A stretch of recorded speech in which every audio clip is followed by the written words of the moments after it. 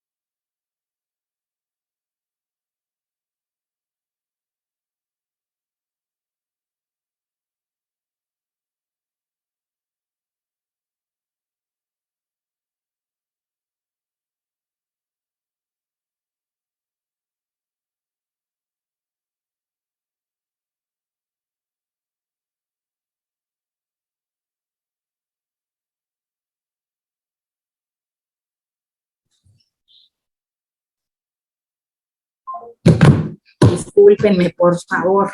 Son asuntos administrativos de la escuela y ya ven que me toca ser presidenta de academia y mi academia tiene pues problemas graves con la programación del próximo semestre. Entonces era una llamada con el subdirector y con la jefa de FBDI, con quienes tenía que arreglar esto, pues en función de que algunos de mis compañeros pues tienen problemas, ¿no? Pero bueno, ya estamos aquí, estamos hablando de amparo, estamos hablando del proceso de amparo, estamos hablando concretamente de la demanda de amparo, estamos hablando de las partes de la demanda de amparo, sus requisitos, los que están ahí señalados en el 108 y por ahí del 166, creo que es, no estoy segura, por ahí del 160, y estamos hablando, pues en general, de este proceso jurisdiccional que se va siguiendo en función de, no es cierto, en función del tipo de amparo, eso todavía no lo hemos mencionado, ¿no? Eso es a lo que tenemos que llegar. Y déjenme ver aquí qué específicamente. Y ayer retomábamos los principios generales del derecho y alguien nos hablaba de esta prosecución judicial.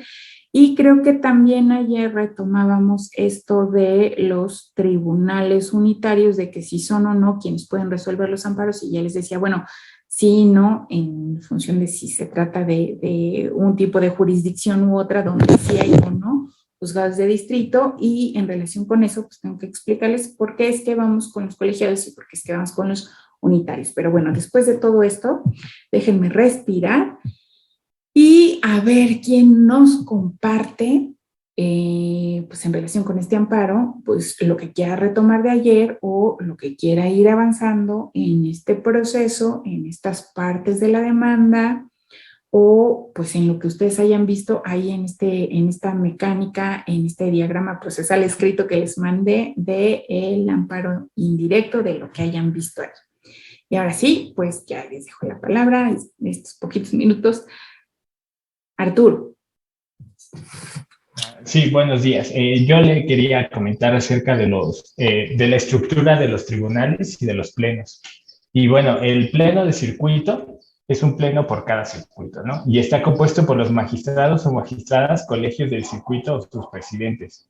El tribunal colegiado de circuito tiene 3 magistrados o magistradas en cada tribunal colegiado. Los tribunales unitarios de circuito está compuesto por un magistrado en cada tribunal unitario. Y por último, el juzgado de distrito es un juez o jueza por cada juzgado de distrito. Y bueno, para el funcionamiento del Poder Judicial, que es el encargado básicamente de resolver estos juicios de amparo, el territorio nacional se divide en circuitos y cada circuito en distritos. ¿Sí? En distritos. Y nos falta quienes integran las salas y el pleno.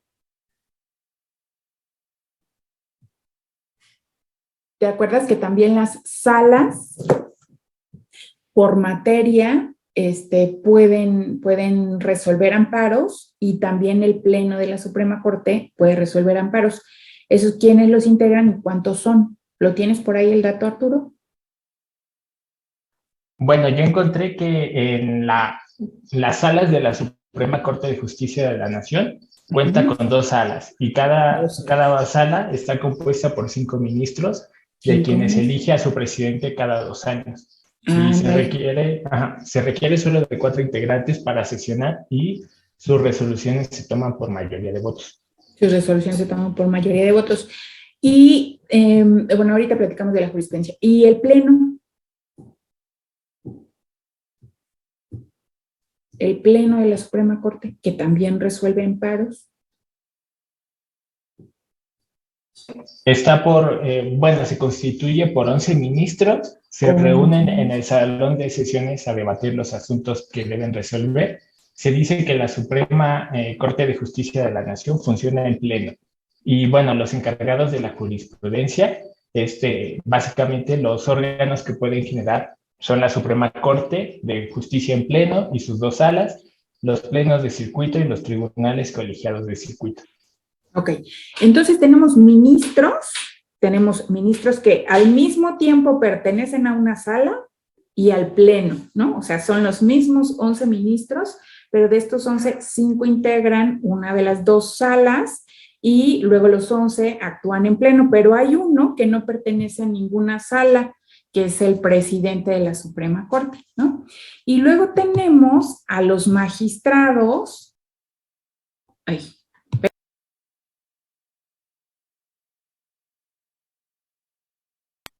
y luego tenemos a los magistrados y adentro de los tribunales, a los que son colegiados, tenemos un presidente de esos 3 magistrados que integran los tribunales y luego tenemos los jueces, ¿no? Entonces digamos que en el escalafón o en el organigrama, en la estructura de la Suprema Corte, los que están más abajo son los jueces de distrito. Después los que siguen son los magistrados en los tribunales unitarios de circuito. Después los magistrados en los tribunales colegiados de distrito.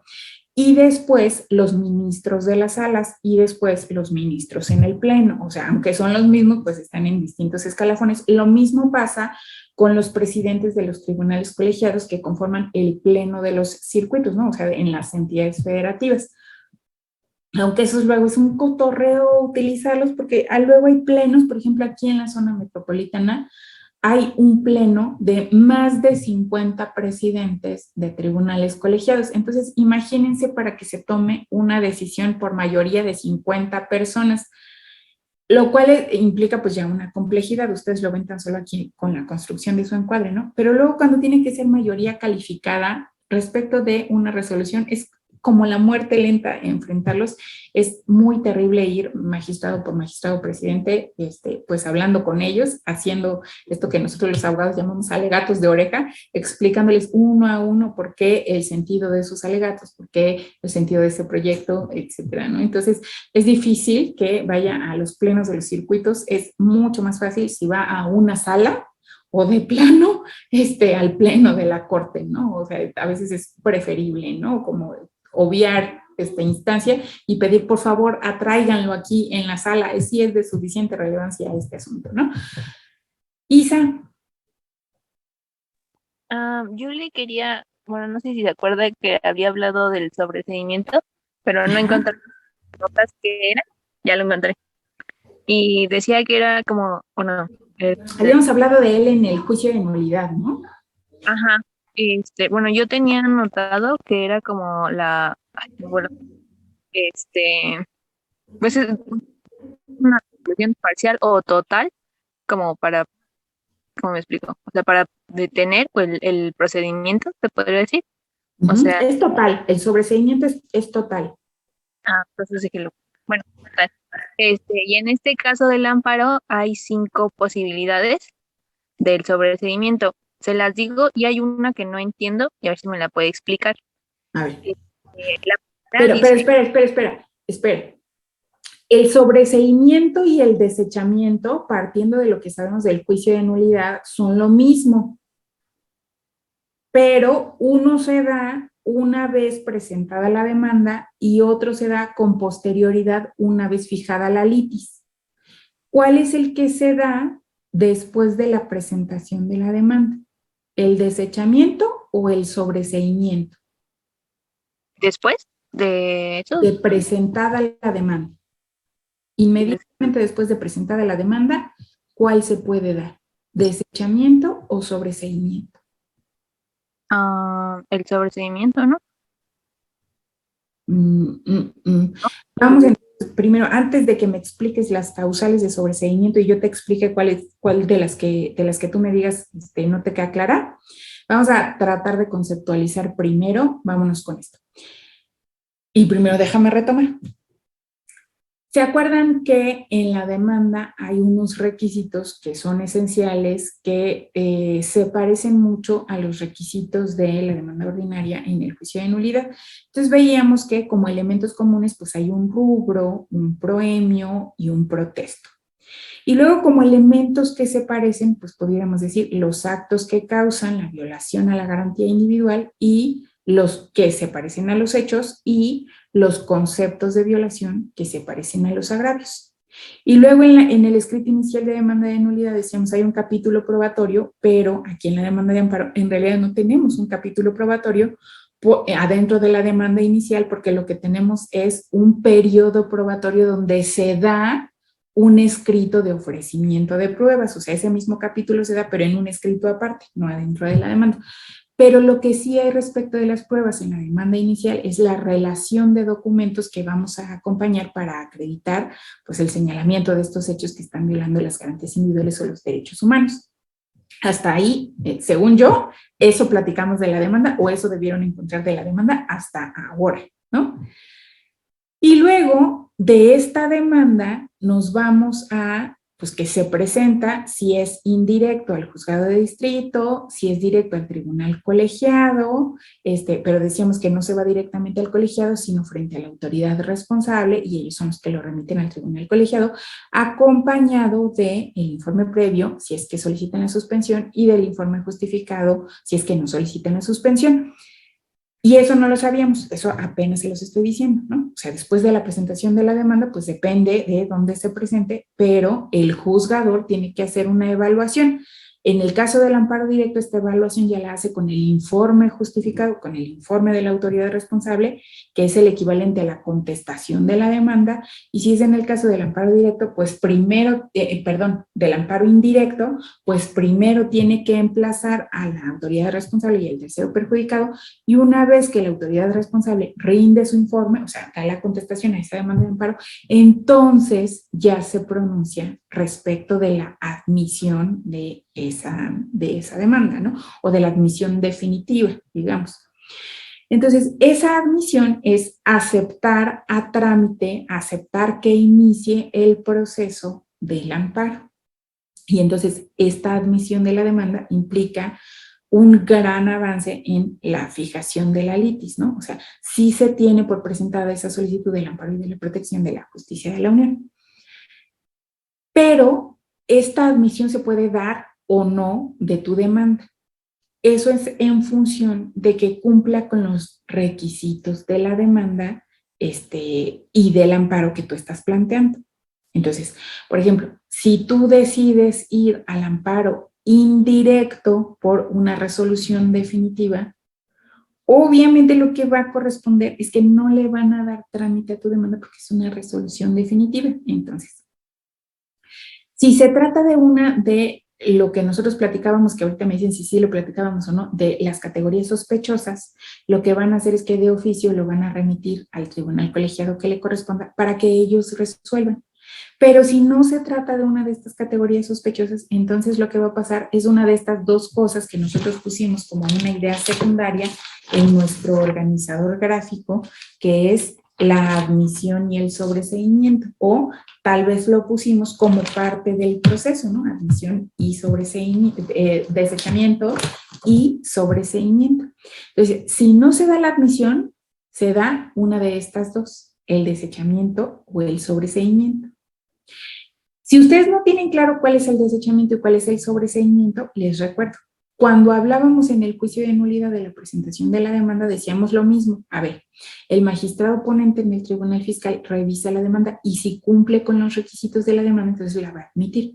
Si no cumple, pueden pasar dos cosas, o que la deseche o que prevenga a la persona que incumplió para que cubra sus errores, para que cubra sus adolescencias, ¿no? Si la omisión es muy grave, lo más probable es que la va a desechar, es decir, no va a admitir a trámite esa demanda que en ese tiempo decíamos de juicio de nulidad. En el amparo sucede lo mismo. Si esa omisión es muy importante, lo más probable es que se deseche esa demanda. Por ejemplo, si se presentara un amparo en contra de un contrato lesivo que yo celebré con mi vecino, pues esa demanda es grave, la omisión que está presentando, porque no es en contra de actos de autoridad, ¿no? A lo mejor no es ni siquiera en contra de violaciones a garantías individuales. Entonces, seguramente esa demanda se va a desechar. Pero si la omisión no es tan grave, sino que, por ejemplo, tiene que ver con la falta de copias fotostáticas para que se le corra traslado a cada uno de los terceros perjudicados, cuando son muchos terceros perjudicados, ¿qué va a pasar con ese requisito? ¿No? Pues es un requisito procesal, nada más se te olvidó dar un número suficiente de copias de tu demanda de amparo para que se pueda ir a emplazar a los terceros. Entonces, ¿qué va a pasar con eso? Bueno, pues van a requerir, te van a prevenir y te van a decir, a ver, estás señalando que hay 18 terceros interesados y me estás exhibiendo 2 copias de tu demanda de amparo. Entonces, tráeme las otras 16 copias, ¿no? Y si no se las llevas, ¿qué va a pasar con esa demanda de amparo? Se va a Desechar. desechar, ¿no? El sobreseimiento, si ustedes se acuerdan del juicio de nulidad, es lo mismo, es no continuar con la tramitación de ese juicio porque cae en alguna de las causales de improcedencia. Es decir, que no se trate de un acto definitivo, que se trate de un acto de imposible reparación que ya haya sido completamente ejecutado, que no sea una transgresión a los derechos humanos o las garantías individuales. Si se da alguna de estas causales de improcedencia después de iniciado el proceso del amparo, entonces ya no se puede desechar porque ya se admitió a trámite, pero sí se puede dejar de continuar ese trámite, o sea, dejar de perder el tiempo en ese amparo que no tiene caso que se vaya a conceder porque ya cayó en una de las causales de improcedencia. Entonces, en ese caso ya no se puede desechar, pero sí se puede, ¿qué cosa?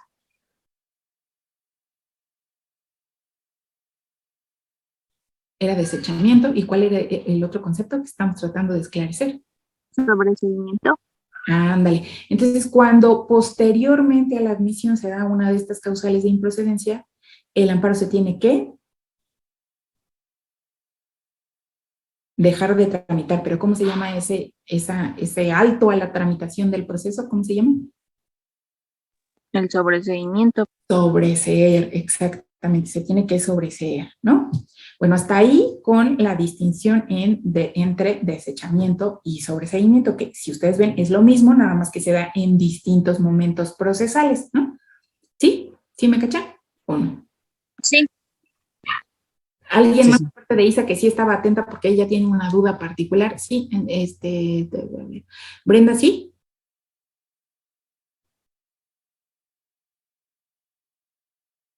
Brenda.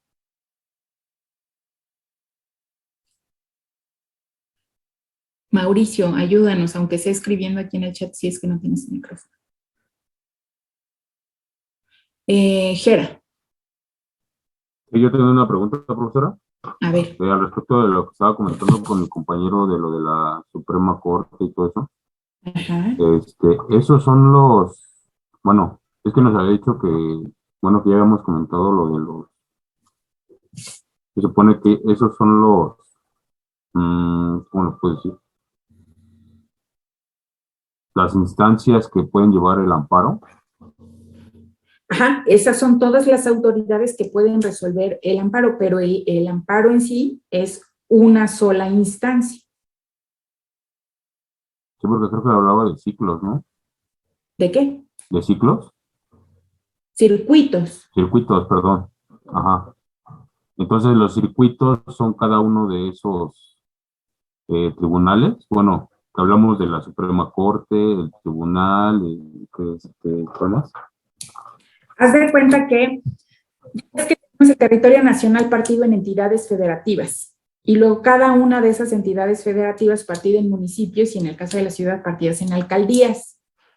Esa es nuestra demarcación territorial ordinaria.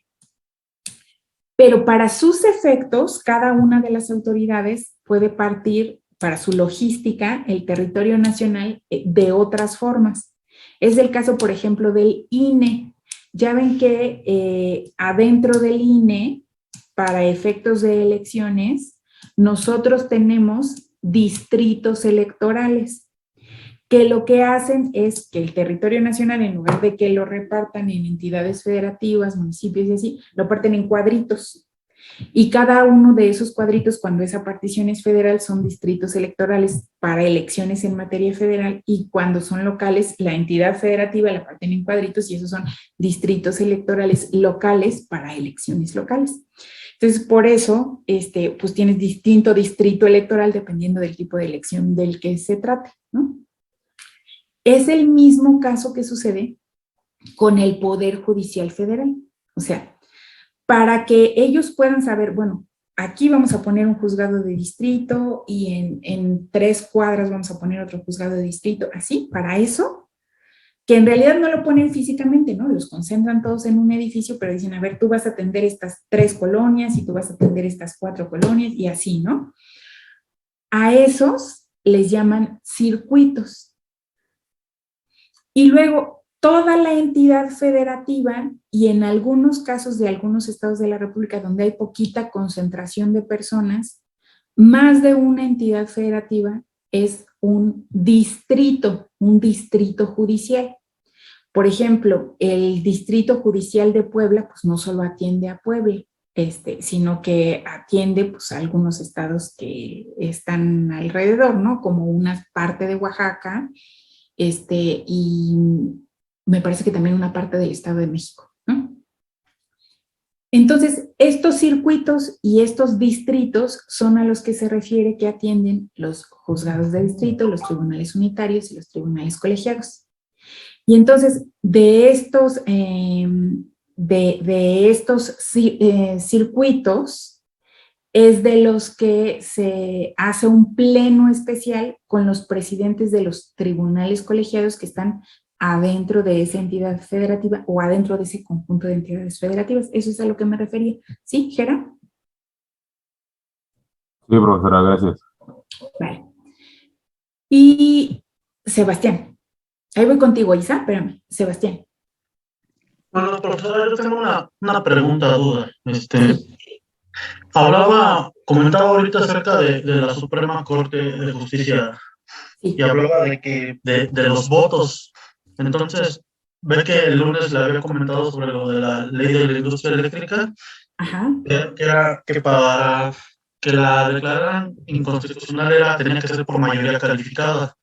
8 votos. 8 votos, exactamente. Y obtuvieron 7. Tuvieron 7, se quedaron a 1. Pero para que se puedan meter amparos, nada más se necesitaban 6 votos, si no me equivoco. Entonces, mi pregunta es, ¿esa metodología solo aplica para esas revisiones de acciones de inconstitucionalidad o es de manera general para cualquier tema? Porque sí me quedé con la duda en ese momento. De manera general para cualquier tema en acciones de inconstitucionalidad, controversias constitucionales y amparos. Es decir, bueno, de una vez explico esto que ahorita les decía respecto de la jurisprudencia, que es nuevo, ¿no? Seguramente ustedes cuando estudiaron fundamentos de derecho y les dijeron la jurisprudencia son las interpretaciones que nos da el Poder Judicial de lo que dicen las leyes. Y esas interpretaciones resultan obligatorias, pero para el Poder Judicial, ¿no?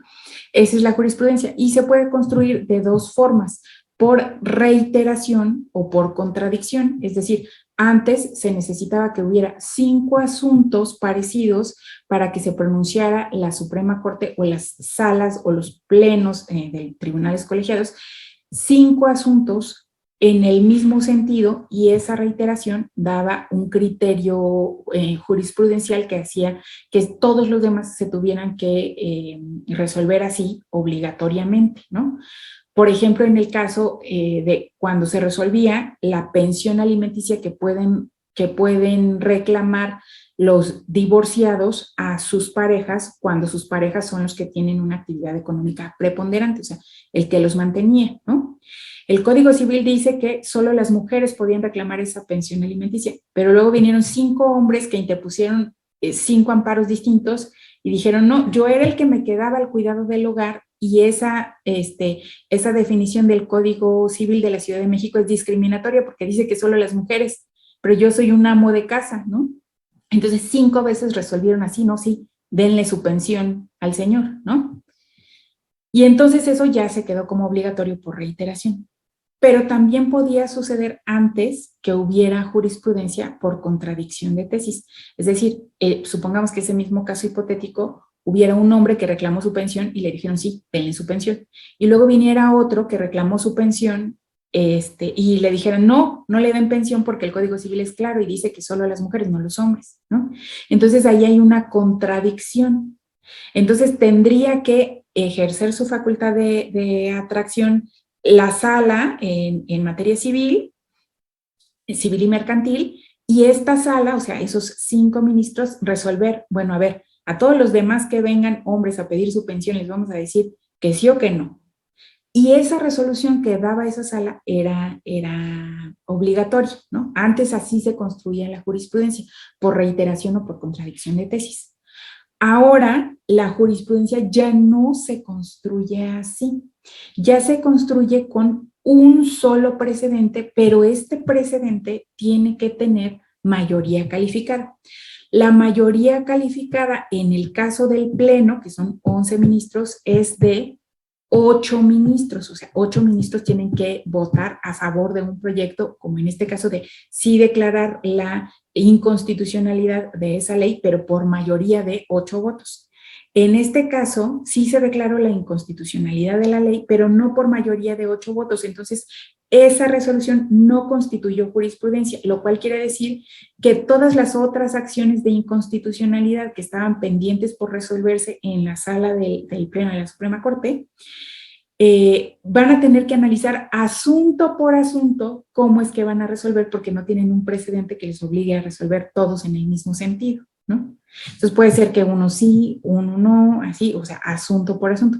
Y lo mismo va a pasar con todos los amparos relacionados con esa ley, ley federal de la industria eléctrica. Lo mismo va a pasar con todos esos amparos. Cada tribunal colegiado o cada juzgado de distrito va a tener que resolver individualmente, asunto por asunto, porque no hubo una determinación que fijara jurisprudencia, o sea, que les diera un sentido obligatorio de, todos resuélvanlos así, ¿no? O sea, en todos denle la razón al quejoso o en todos denle la razón a la autoridad responsable. No se fijó jurisprudencia. Ahora así funciona la jurisprudencia. Solo basta un precedente, pero ese precedente tiene que darse por mayoría calificada de 8 votos o de 4 votos para que sea obligatorio, ¿no? En el caso de las salas de 4 votos y en el caso de la Suprema Corte de 8 votos.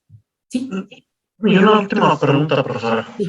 Entonces, para que si los votos que son 6 para que se puedan interponer amparos, como ya lo ha comentado, son menores, estos ya no pueden proceder, o todavía. Claro que sí, o sea, no es que se requieran 6 votos, se requiere mayoría simple para determinar cualquier asunto. Ok. Sí, porque yo tenía como esa idea de que si era menor a 6, ya los amparos no iban a. No, es que recuerda que son 11 ministros. Entonces, para que vaya concediendo el amparo a cada una de las personas cuyo amparo llegó a la Suprema Corte por el ejercicio de la facultad de atracción, porque fue de los primeros, por la razón, por la trascendencia, por el monto que es del presupuesto público, por lo que sea, porque es en la aplicación de un tratado internacional o porque podría causar un conflicto con un gobierno extranjero. Si es un amparo de esos, va a ganar el amparo si obtiene 6 votos, pero 6 votos porque son 11 ministros, ¿no? Ok, sí. Gracias, profesora. Y ya, ahora sí, Isa, voy contigo. Y entonces tú nos decías, ahora que ya tenemos claro desechamiento y sobreseimiento, porque ya nos acordamos, nos decías que viste que era sobreseimiento, ya le entendiste o ya te acordaste, pero viste unas causales de sobreseimiento que no le entendiste. Bueno, sí, son 5. Igual. Pero uno dice, el quejoso desista de la demanda. Esa es la segunda, esa es la que no la entendí, que dice, el quejoso no acredite sin causa razonable a juicio del órgano jurisdiccional de amparo haber entregado los edictos para su publicación. Esa es la que no entendí. ¿Y sabes qué son edictos? Lo busqué y dice que es un mandato de decreto publicado con autoridad. Pues sí, nada más dice eso. O dice escrito.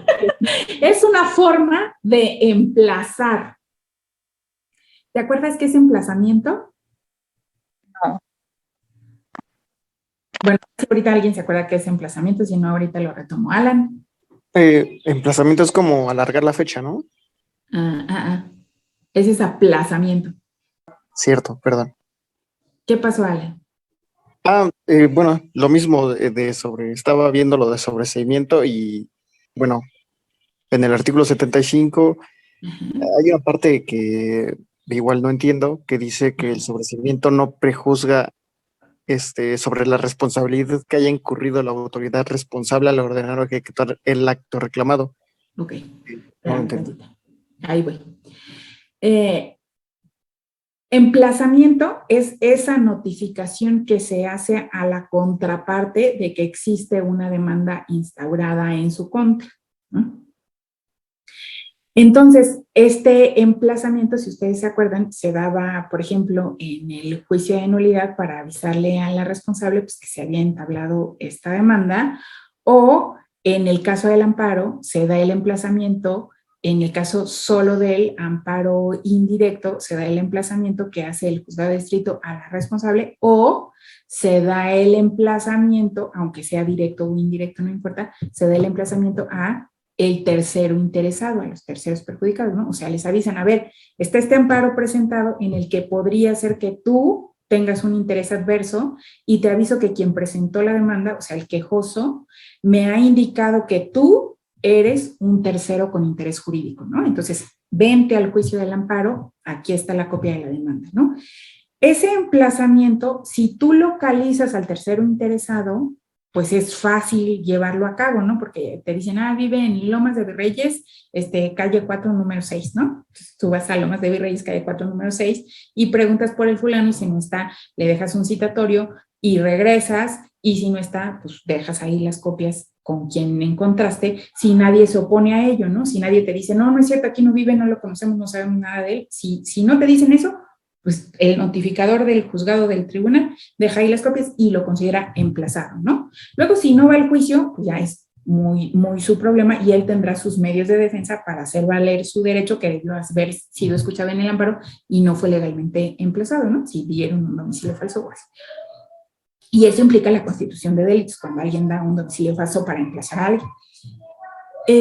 Pero suponte que se da el caso de que dice, pues van a Lomas Virreyes, el actuario va a Lomas Virreyes y le dice, no, aquí no vive, no lo conocemos, aquí no tenemos nada que ver con esa persona, en mi vida he oído de él, y entonces dice, ese no es el domicilio del tercero interesado. Y entonces, ¿cómo le hacen para emplazar al tercero interesado? Pues no hay otra dirección, está ahí localizable, ¿no? Entonces ordenan que se publiquen unos edictos, o sea, unos avisos en publicaciones periódicas de circulación nacional, o sea, en los periódicos y en el Diario Oficial de la Federación y en el Boletín Judicial, que se publica, oye, fulano, te andan buscando en este amparo. Y entonces así, aunque no aparezca, ya se le considera emplazado.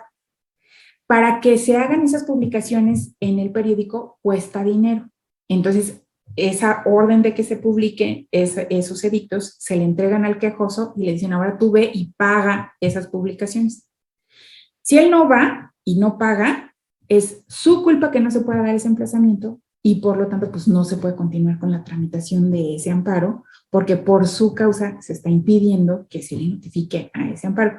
Ahora, si es una categoría sospechosa, también hay suplencia económica de la queja y en esas categorías sospechosas no le cobran al interesado, por ejemplo, no le cobran al menor, no le cobran al incapaz, no le cobran a la mujer en situación de vulnerabilidad, pero si no es una categoría sospechosa, sí le cobran.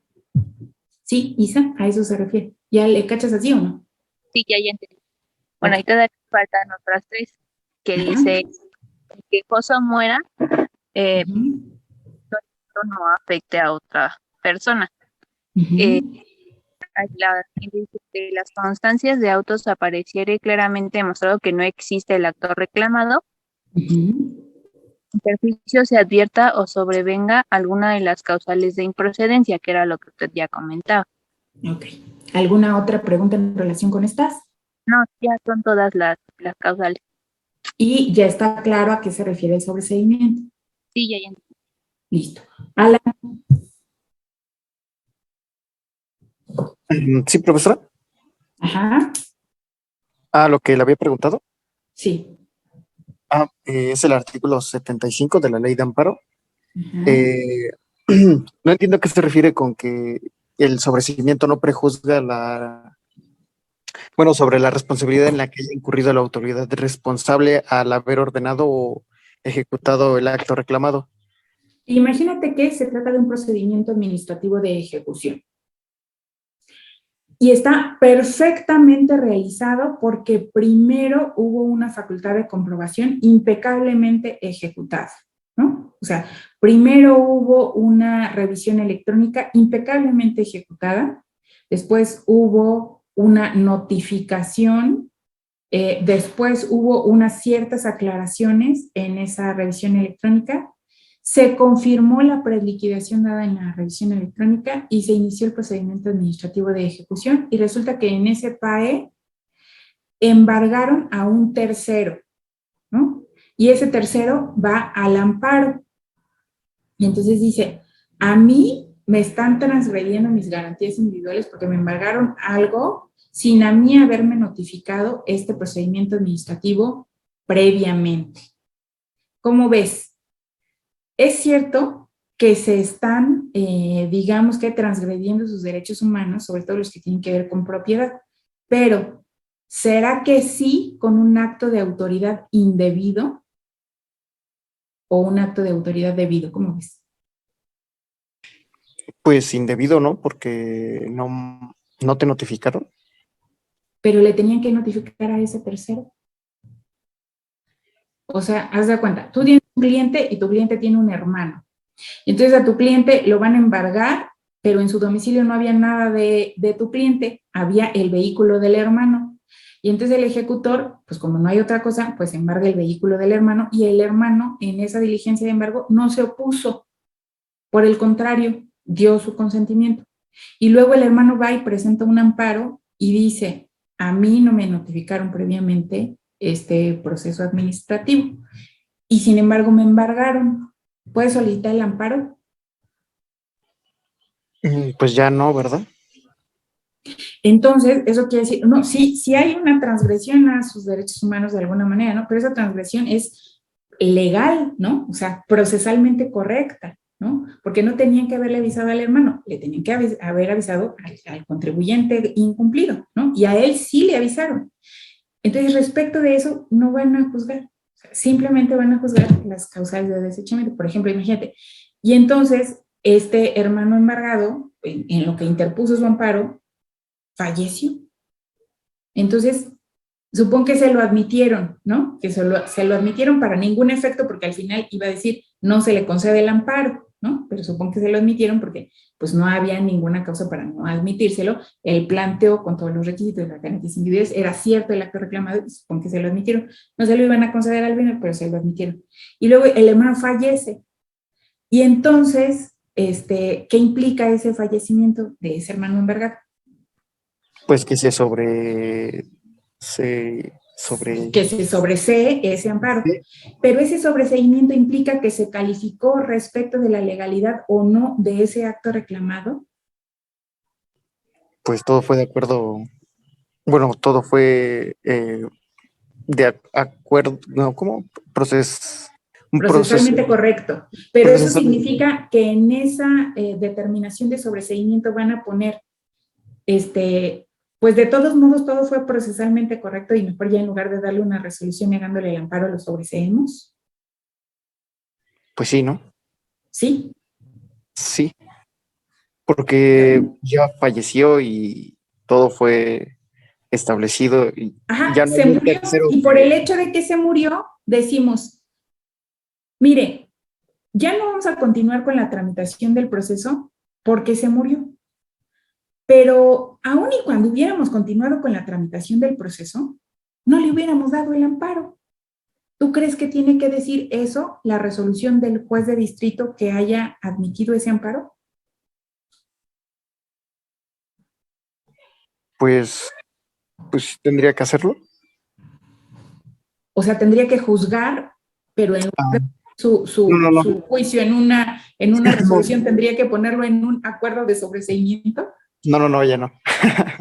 Ya no, ¿no? O sea, no tendría por qué hacer alusión a nada relacionado con el fin de ese amparo, sino simplemente decir, cayó en una causal de las que dicen que ya no se puede continuar con la tramitación, ¿no?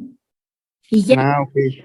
Pero no juzgar respecto de si transgrede o no las garantías individuales, la legalidad o no, la procedencia o no, no tiene por qué decir nada al respecto, porque sus juicios van en resoluciones. Si no, esos juicios son ilegales y también se pueden combatir, se podrían transformar en materia de un diverso amparo, ¿no? ¿Sí? ¿Vale? Sí. Ok, profesora, A gracias. eso se refiere. Ok. Y bueno, pues por hoy ya se nos acabó el tiempo, entonces vamos a dejarlo hasta aquí y nos vemos el próximo lunes. Lunes, ¿verdad? Sí. Sí, el lunes. Nos vemos, profesora. Hasta lunes. Bye. Hasta luego, profesora. Bye.